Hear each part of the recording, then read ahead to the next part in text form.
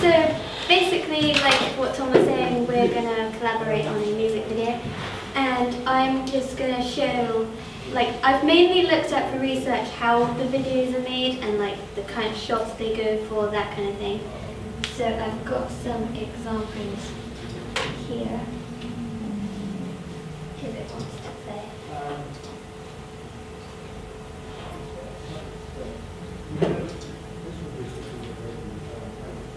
This is basically how they shot it, more than what the video is.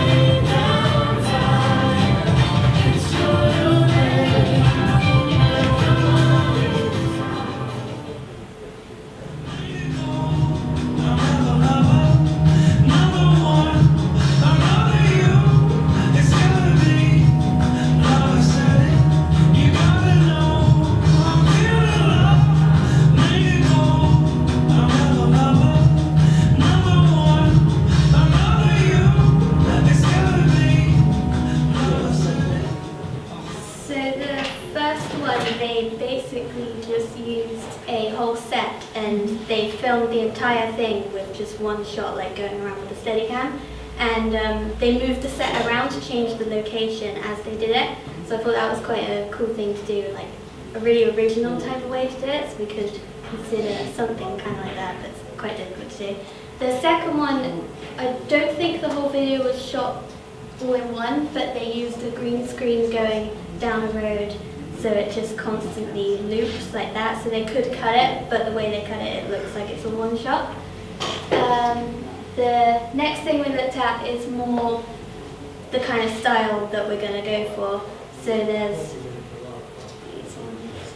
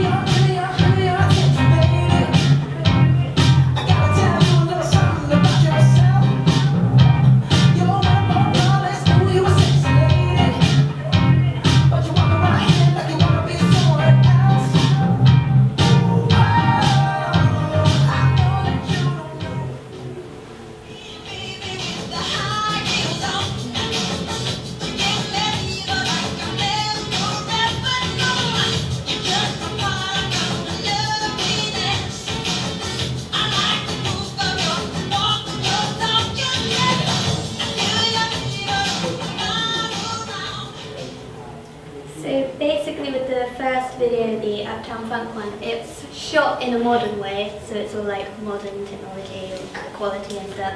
But the actual theme of it with the costume and the location and stuff, that's all quite a retro feel. The second one was the treasure video, like Tom was saying, they shot it so that it would be low quality, like it was filmed around the time with the starry stuff.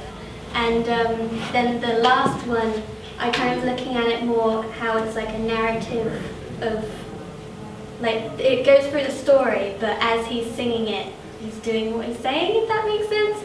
So it kind of goes through a story, but it links with the music as well.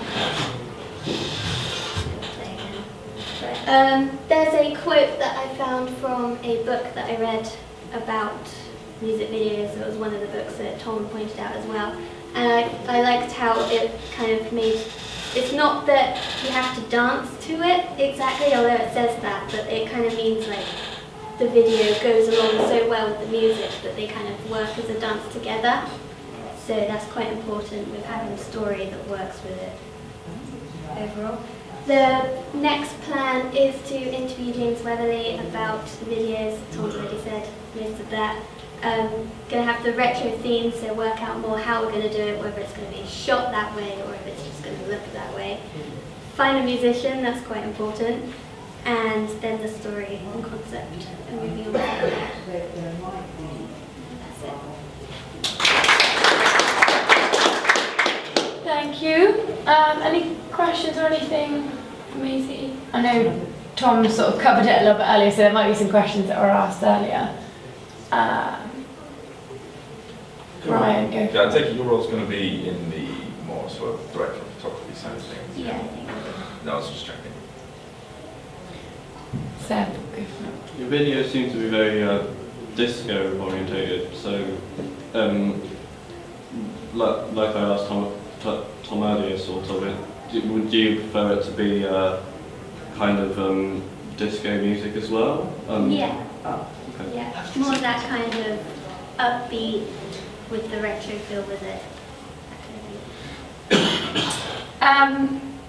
Obviously, research side of things, like how you've looked at the production elements of the film in the kind of one shot, and you had examples of that there. I also like how you've picked up on the style, so obviously go for the retro thing, but also most importantly the story, I think. So is that going to be one of the initial things that you kind of need to, obviously alongside your musician, as you said, be really clear on what your story is, or if you're actually telling them through that video?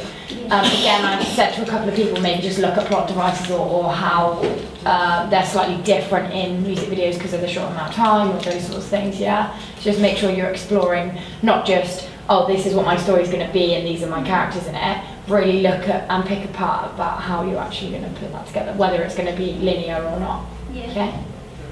Cool. Steve, have you got anything to add?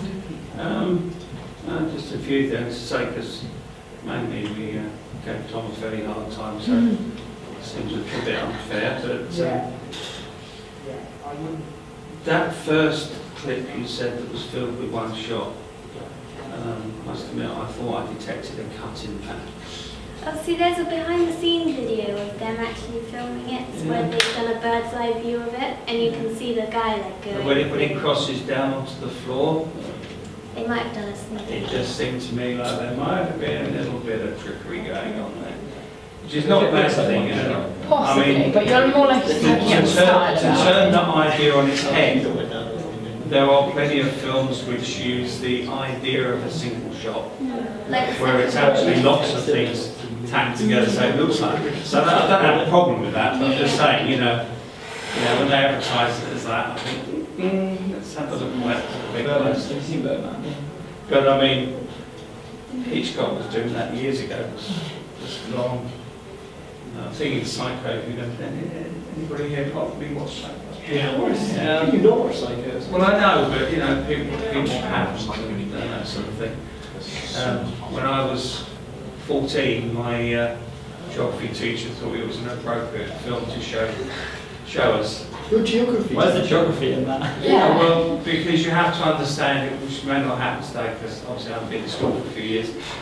We had in those days what was called the house system. So you belonged to it, same as you hear about in Harry Potter. So Yeah. he was our house master, and once a month they had us from morning where we went to do